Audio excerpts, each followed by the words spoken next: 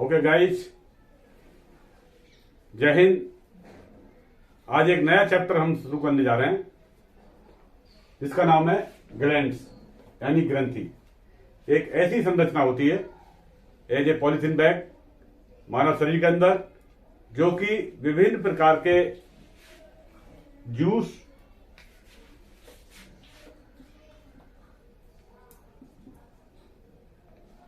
उसके बाद enzyme,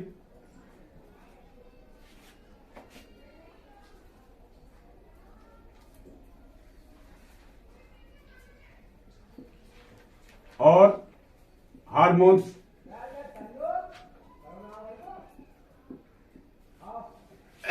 sorry मानव शरीर के लिए भेजती हैं। ये ग्रंथियां तीन तरह की होती हैं। पहली एक्सोक्राइन ग्लैंड्स यानी जिसको हम बोलते हैं बाह्य स्रावी ग्रंथि। इन ग्रंथियों में सबसे पहले यकृत यानी लीवर, लाल ग्रंथि, ये तीन तरह की होती है यानी सैलिवरी ग्लैंड्स, ये तीन प्रकार की होती है जो कि हमारे गले के अंदर जो पाचन क्रिया में मदद करती है। इसके बाद जठर ग्रंथि यानी गैस्ट्रिक ग्लैंड्स, श्वेत ग्रंथि जिसको हम कहते हैं स्वीट ग्लैंड्स, और सेबिसियस तथा अन्य आंत ग्रंथियां होती हैं। इसके अंदर देखें, ये ग्रंथियां हमारे पाचन तंत्र के लिए अंदर मदद करती है। श्वेत ग्रंथि यानी स्वीट ग्लैंड्स, इसके अंदर जैसे पसीना वगैरह होता है वो आता है। सेबिसियस, इसके अंदर पसीना, और उसके बाद जो आप देखते हैं स्किन में से निकलता है नमक टाइप का, वो होता है। इसके बाद देखते हैं हम हेटेरोक्राइन यानी मिक्स ग्रंथियां। मिक्स ग्रंथियों के अंदर पैनक्रियाज यानी अग्नाशय ग्रंथि आती है। यह बाह्य ग्रंथि होती है और अंत्य ग्रंथि भी होती है, यानी ये एक्सोक्राइन भी होती है और इंडोक्राइन भी होती है। इसके बाद हम देखेंगे इंडोक्राइन यानी अंतःस्रावी ग्रंथियां। ये कई प्रकार की होती हैं, तो हम इसी को लेते हैं आज। जिन ग्रंथियों के अंदर जूस और एंजाइम होता है उनको हम एक्सोक्राइन ग्लैंड कहते हैं। जिन ग्रंथियों के अंदर हार्मोन्स पाए जाते हैं उनको हम एंडोक्राइन ग्लैंड कहते हैं। जिन ग्रंथियों के अंदर जूस, एंजाइम और हार्मोन्स पाए जाते हैं उनको हम हेटेरोक्राइन या मिक्स ग्लैंड्स कहते हैं। तो अभी हम लेके चलते हैं एंडोक्राइन ग्लैंड्स, इसको देखेंगे।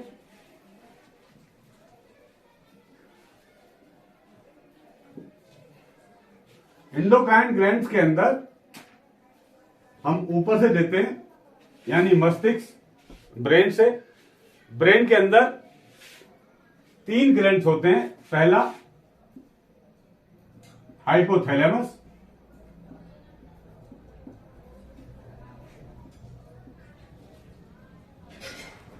Hypothalamus glands.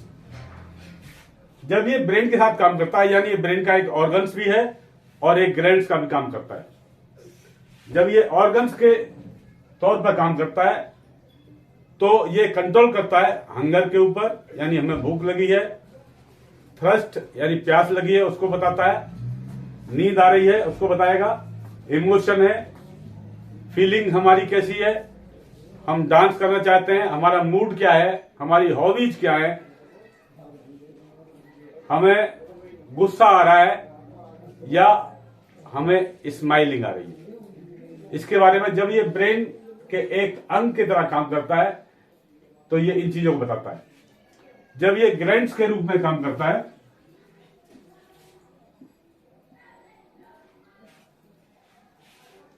तो इसमें एक हार्मोन्स होता है जिसको हम बोलते हैं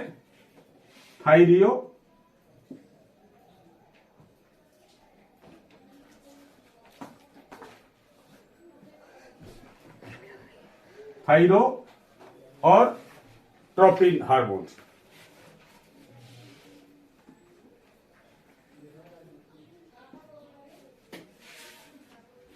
इसको हम थर्मामीटर ग्लैंड्स भी कहते हैं और ये आदमी के अंदर के टेम्परेचर को कंट्रोल करता है। और अंदर का टेम्परेचर होना चाहिए हमारा,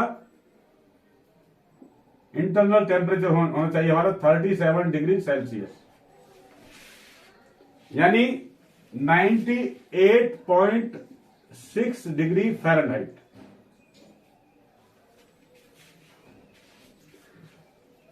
यदि हमारी बॉडी का टेम्परेचर 98.6 डिग्री फ़ारेनहाइट से ज्यादा हो जाता है तो हम उसको बुखार कहते हैं।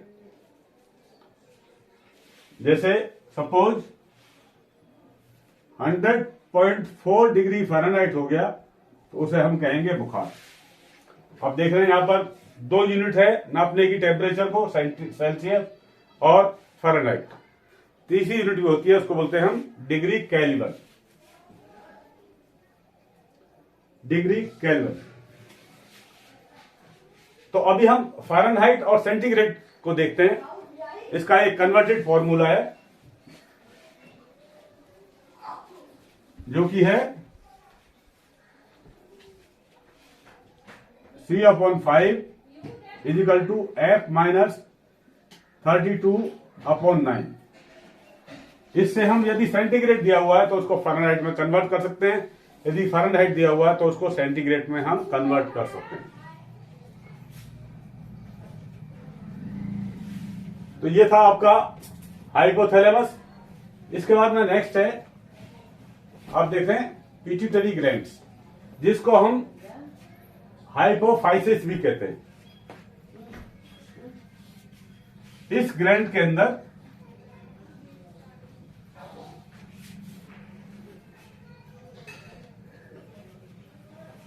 ये ग्लैंड, इसको हम मास्टर ग्लैंड कहते हैं। ये सभी बैलेंस बची हुई ग्लैंड्स के ऊपर कंट्रोल करता है और उनको डायरेक्शन देता है। और इसका भी मास्टर होता है हाइपोथैलेमस। हाइपोथैलेमस को हम सुपर मास्टर या मास्टर टू मास्टर ग्लैंड कहते हैं। यानी आपके एग्जाम में आता है कि सुपर थैलेमस क्या है, एक सुपर मास्टर ग्लैंड है, और पिट्यूटरी क्या है, एक मास्टर ग्लैंड है।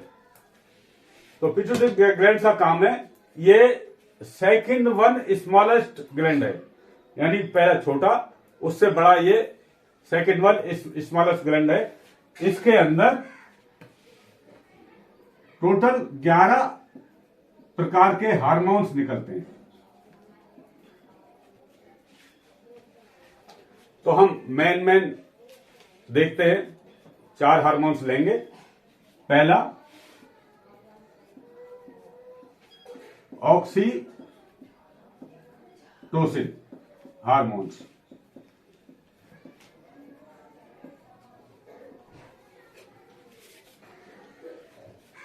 इस हार्मोन्स को हम बर्थ हार्मोन या लव हार्मोन्स कहते हैं। फीमेल के अंदर यानी लेडीज के अंदर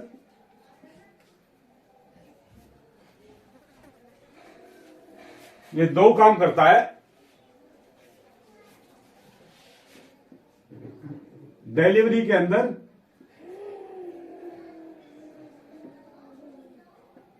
जब डिलीवरी होती है तो उसके पेन को कम करता है, यानी ये लेबर पेन है उसको ये हार्मोन्स कम करता है।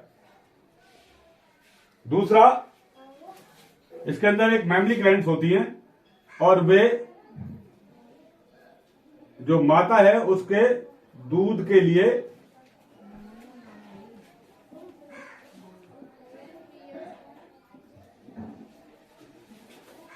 उत्तेजित करती है। यानी जैसे देखते हैं आप कि बच्चे के लिए सबसे अच्छा हार्मोन, सबसे अच्छा न्यूट्रिशन कौन सा है किसी बच्चे के लिए, छोटे शिशु के लिए सबसे अच्छा न्यूट्रिशन कौन सा है? हॉर्लिक्स नहीं है, बॉर्नविटा नहीं है, सबसे अच्छा है माँ का दूध। यानी माँ के दूध के लिए जब बच्चों का जब डिलीवरी होता है, डिलीवरी से पहले ही जब गर्भावस्था में बच्चा होता है तो माँ के स्तन के अंदर दूध इकट्ठा हो जाता है और उसको उत्तेजित करता है कौन सा? Oxytocin hormones. नेक्स्ट इसमें हम देखते हैं, अभी आपने देखा होगा, यानी ये दूध को उत्तेजित करता है। आपने देखा होगा कब जो जिसकी भैंस या गाय दूध नहीं देती है, दूध कम देती है, टाइम पर दूध नहीं देती है, तो उसके लिए भी ये ऑक्सीटोसिस इंजेक्शन लगाए जाते हैं जिससे कि दूध की वृद्धि हो जाती है और टाइम पर गाय या भैंस दूध देती है। नेक्स्ट है दूसरे नंबर पर जिसको हम बोलते हैं एडीएच यानी वैसोप्रोसिन।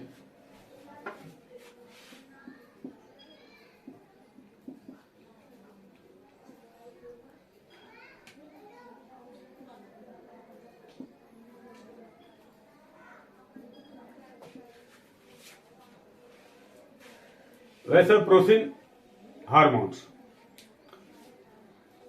यह मूत्र के की सांद्रता को बढ़ाता है, यानी पेशाब के अंदर उसके गाढ़ेपन को बढ़ाता है।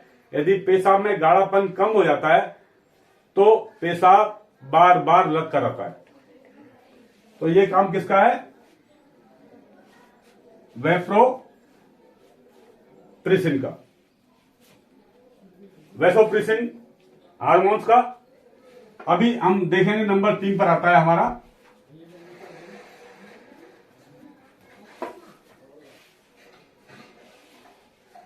सोमेटाट्रोसिन।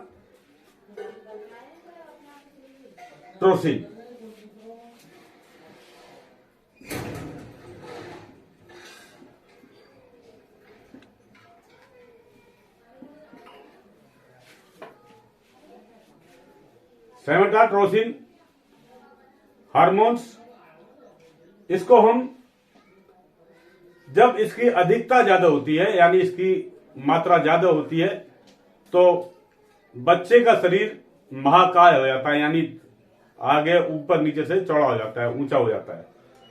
और जब इसकी क्वांटिटी कम होती है तो बच्चा बौना रह जाता है। तो इस पर कौन कंट्रोल करता है? ये सोमेटाट्रोसिन। नेक्स्ट आता है प्रोलैक्टिन।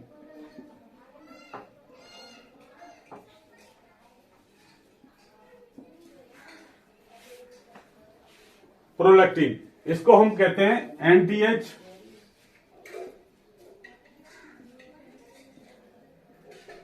एलटीएच और सीआरसी सीपीआरसी।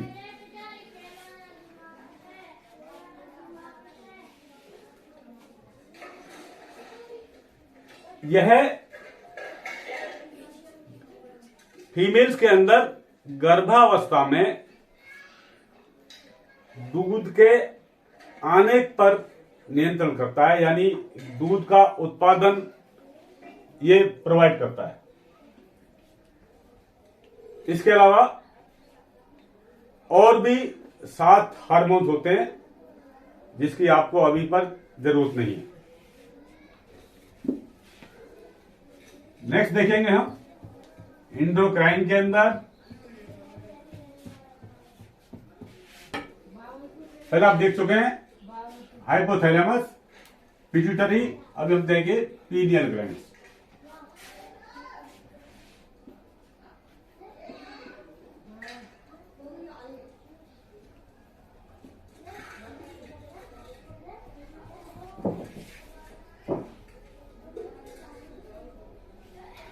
पीनियल ग्लैंड्स ये भी मस्तिष्क के अंदर आप देख रहे हैं hypothalamus, pituitary glands and pineal glands, ये 3 ग्लैंड्स होती हैं।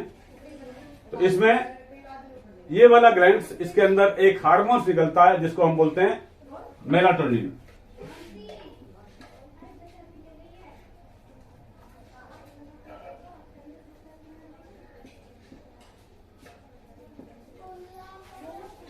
मेलाटोनिन, इसकी अधिकता में नींद ज्यादा आती है और इसकी कमी से नींद कम आती है। नींद कम आना भी एक हानिकारक है। बच्चों के अंदर इस मेलाटोनिन हार्मोन्स की अधिकता ज्यादा होती है, जिससे बच्चों को नींद ज्यादा आती है। बुजुर्गों के अंदर इस हार्मोन्स की कमी होती है, जिसकी वजह से नींद कम आती है। लेकिन कुछ ऐसी परिस्थिति होती है जिसकी वजह से नींद कम हो जाती है, जो कि साइकेट्रिक इफेक्ट होता है।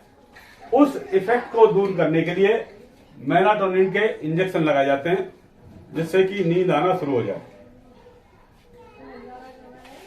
इसके बाद हम देखते हैं, नेक्स्ट आता है नेक यानी गर्दन के अंदर, इसको हम बोलते हैं throat.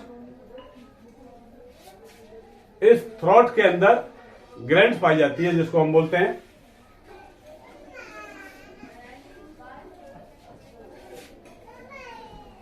Thyroid glands.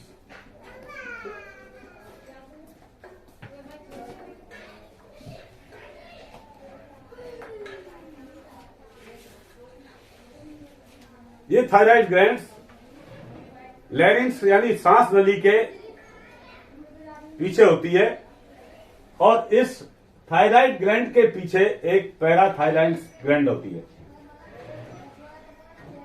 Thyroid gland सारी ग्लैंड्स के अंदर, यानी 3 ग्लैंड थी, एक्सोक्राइन, इंडोक्राइन और हेट्रोक्राइन।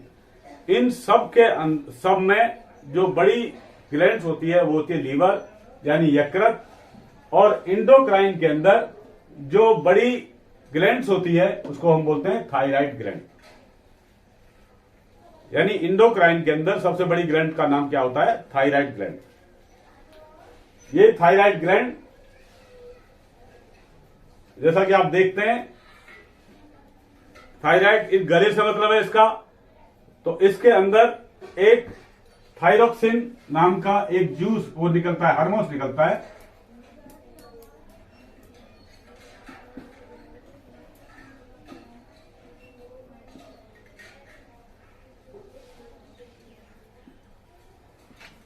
थायरोक्सिन हार्मोन्स निकलता है, और इस थायरोक्सिन हार्मोन्स की वजह से, यदि थायरोक्सिन हार्मोन्स की अधिकता ज्यादा मात्रा में है, तो शरीर में क्या होगा? मोटापा आ जाएगा और ब्लड प्रेशर बढ़ जाएगा, और इसकी कमी से क्या होगा? ब्लड प्रेशर कम हो जाएगा। यानी थायरोक्सिन हार्मोन्स की वजह से क्या होता है? मोटापा ज्यादा हो जाता है, और मोटापा ज्यादा होने के कारण क्या होता है? ब्लड शुगर, जो बीपी है, ब्लड प्रेशर है, वो बढ़ जाता है।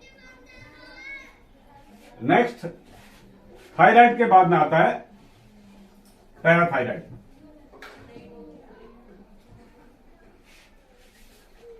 ये थायराइड के पीछे स्थित है। इसमें जैसा भी बताया था मैंने, सारी ग्लैंड्स पिट्यूटरी ग्लैंड्स से कंट्रोल की जाती हैं, लेकिन ये एक फ्री ग्लैंड्स है, ये पिट्यूटरी ग्लैंड से कंट्रोल नहीं की जाती। यह कंट्रोल करती है कैल्शियम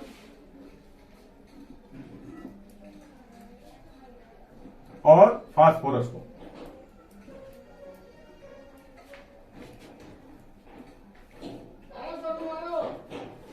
ये कैल्शियम और फास्फोरस को कंट्रोल करती है। इसके यानी हड्डियों के लिए क्या चाहिए हमको? कैल्शियम चाहिए, उसकी मात्रा को ये कंट्रोल करती है। इसके अलावा हमारे शरीर के अंदर, ब्लड के अंदर एक हमें चाहिए आयोडीन। इस आयोडीन की मात्रा यदि कम है तो पेशेंट के अंदर एक रोग पैदा होता है, जिसको बोलते हैं हम घेंगा रोग, यानी उसको बोलते हैं ग्वाटर। गर्दन पर एक ग्वाटर का रोग हो जाता है, जो कि एक बहुत ही वेनरेबल रोग है।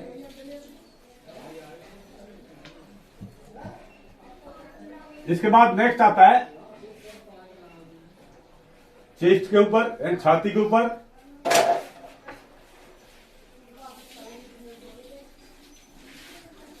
यहां पर एक ग्लैंड होती है जिसको हम बोलते हैं थाइमस ग्लैंड।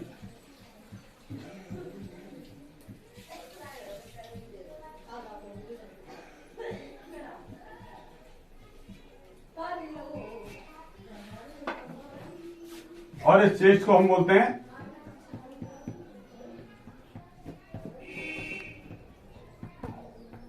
थैलोसिक।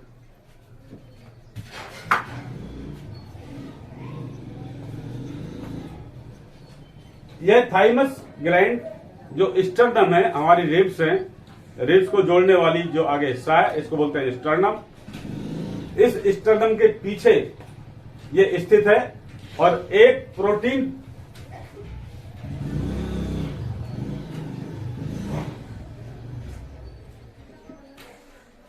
ये प्रोटीन निकालती है और ये ग्रोथ के लिए काम आती है, यानी ग्रोथ के लिए काम आती है। और ये ग्रोथ 15 ईयर तक ये काम करता है, बच्चे के 15 साल तक ये काम करता है। नेक्स्ट है, अब देखते हैं ये वाला हिस्सा, इसको बोलते हैं हम किडनी। Kidney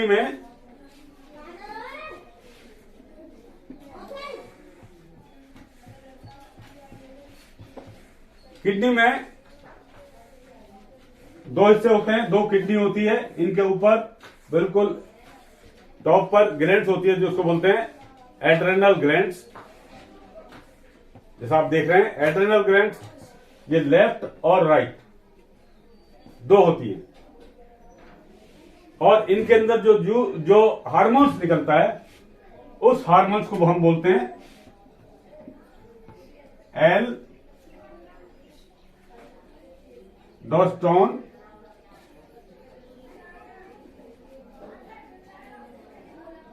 cortisol.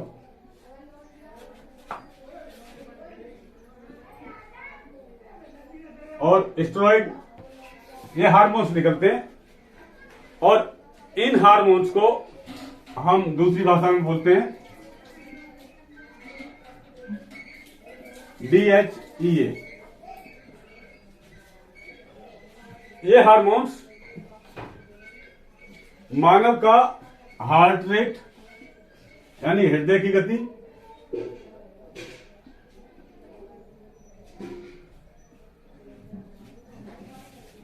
और कोशिकाओं का मेटाबॉलिज्म,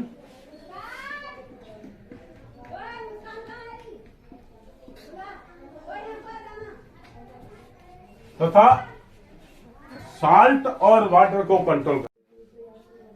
तो अब आते हैं हम पैनक्रियाज पर। पैनक्रियाज यानी पैनक्रियाटिक आइसोलेट से कई तरह की सेल्स होती हैं, अल्फा, बीटा, गामा, डेल्टा और पीपी सेल्स होती हैं। तो हम सिर्फ बात करेंगे अल्फा और बीटा की। अल्फा सेल्स ग्लाइकोजन और बीटा इंसुलिन पर कंट्रोल करती है, जिससे कि हम ग्लूकोज को कंट्रोल करते हैं, यानी ब्लड शुगर को जिससे कंट्रोल किया जाता है। ब्लड शुगर ज्यादा होने से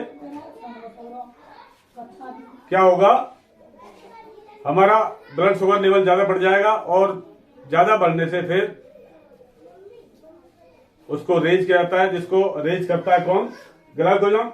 और इसमें ज्यादा कंडीशन खराब होने से क्या किया जाता है, डायलिसिस कराया जाता है। नेक्स्ट आता है, इसके बाद बचता है मेल के अंदर टेस्टिस,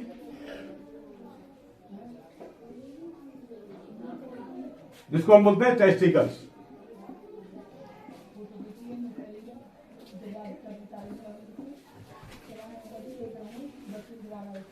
ये मेल के अंदर जैसा आप देख रहे हैं, ये जनन अंग में काम करते हैं। इसमें एक हार्मोन्स निकलता है, इस हार्मोन्स को पहले हम बोलते हैं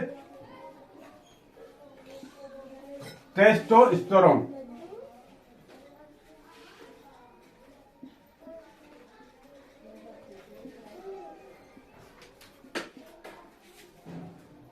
ये हार्मोन्स मेल के अंदर दाढ़ी मूछ जो बाल होते हैं उन पर कंट्रोल करता है। यानी इस हार्मोन्स की वजह से जो मर्द होता है, आदमी होता है, उसके अंदर दाढ़ी मूछे जो बाल्स हैं स्किन के ऊपर वो उगते हैं। उसके अलावा यह आदमी की आवाज पर चेंज कर देता है। यदि इसकी वजह से आदमी की आवाज क्या होती है, भारी हो जाती है, और औरतों के अंदर ये चीज नहीं पाई जाती, जिसके अंदर लड़कियों की आवाज क्या होती है, बहुत पतली होती है। नेक्स्ट, ये टेस्टिस और ओवेरी जनन अंग के तौर पर काम करते हैं, यानी एक संतान उत्पत्ति के लिए काम करते हैं। तो इसमें मर्द के लिए क्या चाहिए हमको, स्पर्म्स,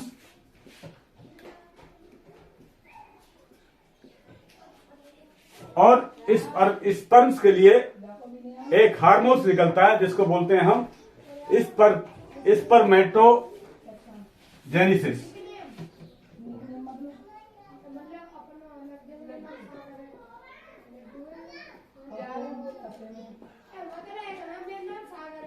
जेनेसिस। ये हार्मोन्स मेल्स के अंदर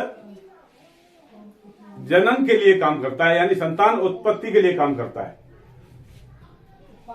इसके बाद हम देखते हैं लड़कियों के अंदर क्या होता है, ओवेरी। ये एक गुलाबी रंग की दो रचना होती हैं, आप साइड में देख रहे हैं, दो रचनाएं होती हैं। इसके अंदर निकलता है एस्ट्रोजन, फीमेल के अंदर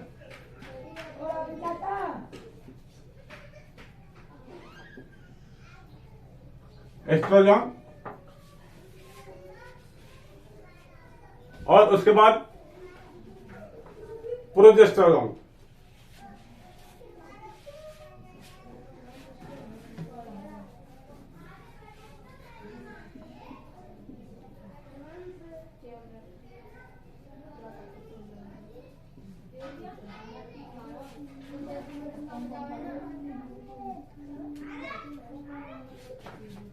प्रोजेस्टेरोन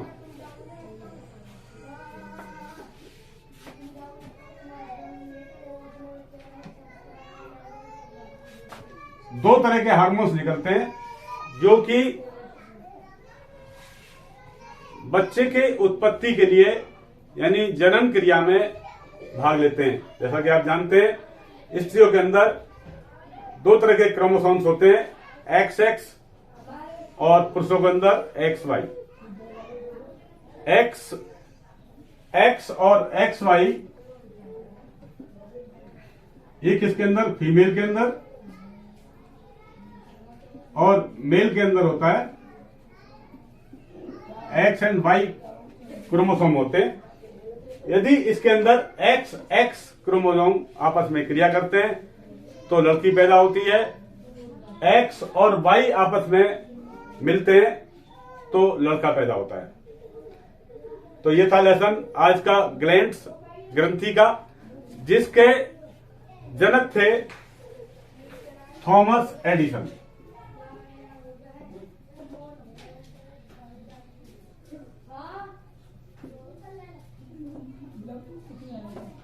यानी थॉमस एडिसन ने ग्लैंड्स के बारे में सबसे पहले खोज की थी।